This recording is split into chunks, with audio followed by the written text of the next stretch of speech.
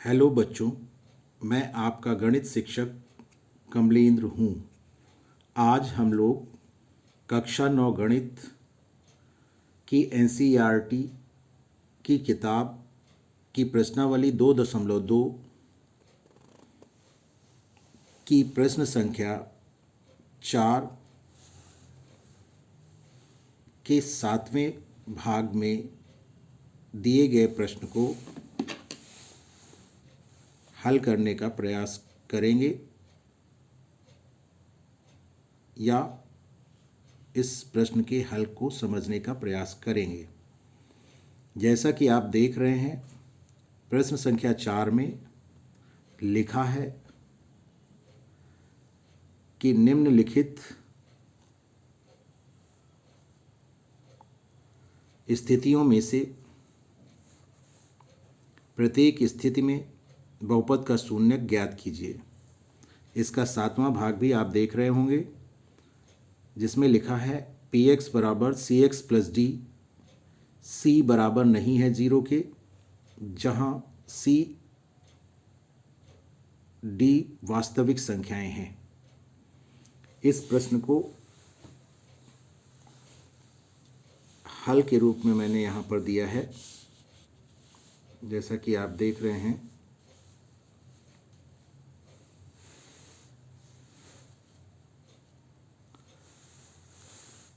प्रश्न संख्या 4 के 7वें भाग का हल, जहाँ बहुपद पी एक्स सी एक्स बराबर डी के है, सी बराबर नहीं है 0 के, और सी डी वास्तविक संख्याएं हैं।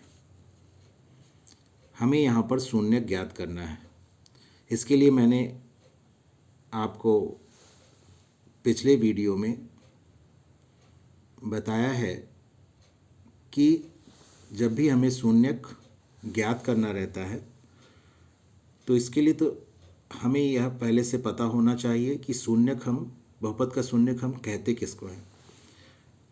जब हम किसी बहुपद में चर को कोई मान देते हैं और फिर उसे सरल करते हैं, उसके पश्चात हमें जो संख्या प्राप्त होती है उसे हम बहुपद का मान कहते हैं।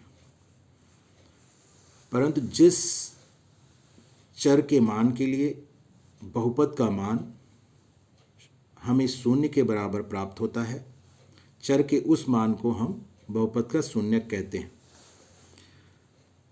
और बहुपद का शून्यक ज्ञात करने के लिए हम बहुपद समीकरण प्राप्त करते हैं, जो कि हमें उस बहुपद को शून्य के बराबर लिखने पर प्राप्त होती है। तो यहाँ पर आप देख रहे हैं कि पी एक्स जो कि बहुपद है और वो सी एक्स प्लस डी के बराबर है, और इसका बहुपद समीकरण अगर हम प्राप्त करना चाहेंगे तो इस सी एक्स प्लस डी को 0 के बराबर लिख देंगे, जैसा कि आप यहाँ पर देख रहे हैं लिखा हुआ है। और उसके पश्चात हमें इस समीकरण को हल करना है, सी एक्स प्लस डी बराबर 0 को हल करना है। समीकरण यहाँ पर इस समीकरण को हल करने का अर्थ यह है कि जो भी चर है उसका मान हमें ज्ञात करना है। मैंने आपको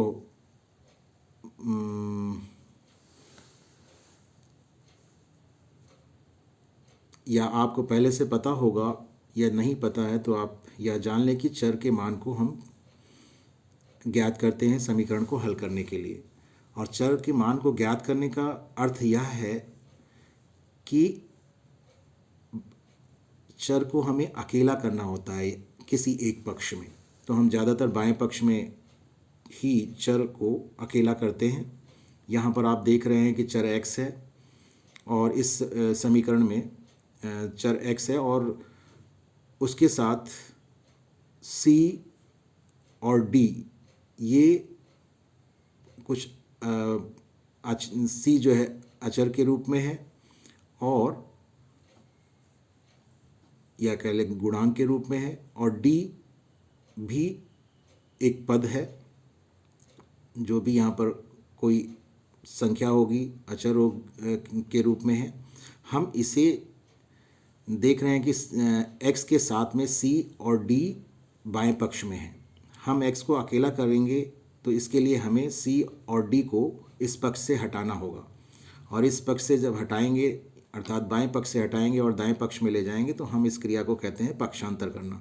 तो यहाँ पर हम जब पक्षांतर करेंगे तो सबसे पहले हम डी को दाईं ओर या दाएं पक्ष में ले जाएंगे।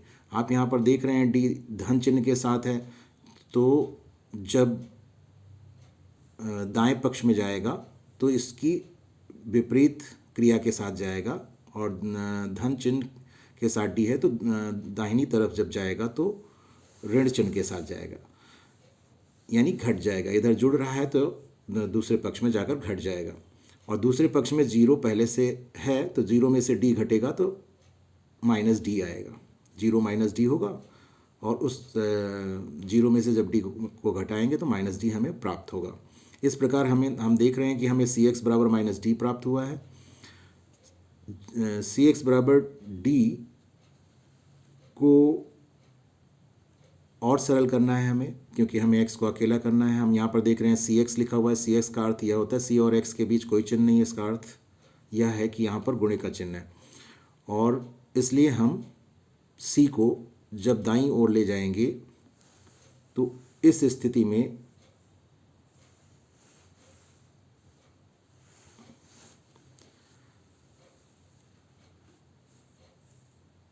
सी चूँकि यहाँ पर गुणे के चिन्ह के साथ है, दूसरे पक्ष में अर्थात दाएं पक्ष में जाएगा तो भाग की क्रिया के साथ जाएगा, और भाग की क्रिया में जो संख्याएं होती हैं या पद होते हैं उनको हम बटे में लिखते हैं। तो यहाँ पर माइनस डी के साथ दूसरे पक्ष में सी को जब हम लिखेंगे तो बटे में लिखेंगे, अर्थात हर के रूप में लिखेंगे।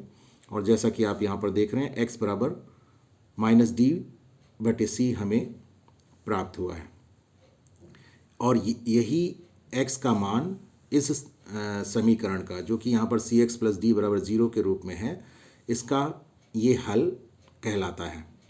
तो जब भी हमें कोई समीकरण दी गई हो तो उसमें हम चर का मान ज्ञात कर लेते हैं, और इस प्रकार चर का जो मान हमें प्राप्त होता है वही उस समीकरण का हल कहलाता है।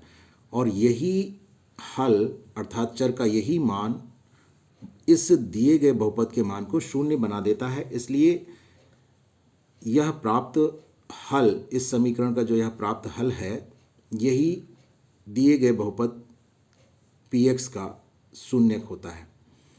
आप यहाँ पर इस बहुपद में x के स्थान पर माइनस डी बटे सी रख कर देख सकते हैं।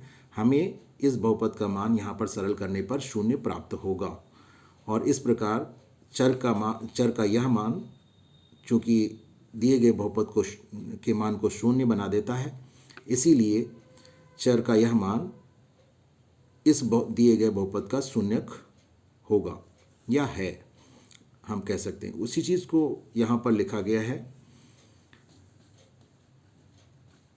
आप देख रहे हैं। इस प्रकार समीकरण px बराबर 0 अर्थात cx प्लस डी बराबर 0 का हल x बराबर माइनस डी बटा सी है, और फिर अंत में हम उत्तर को इस प्रकार लिखते हैं जैसे कि यहाँ पर लिखा गया है। अतः बहुपद px बराबर cx प्लस डी का शून्यक माइनस डी बटे सी है।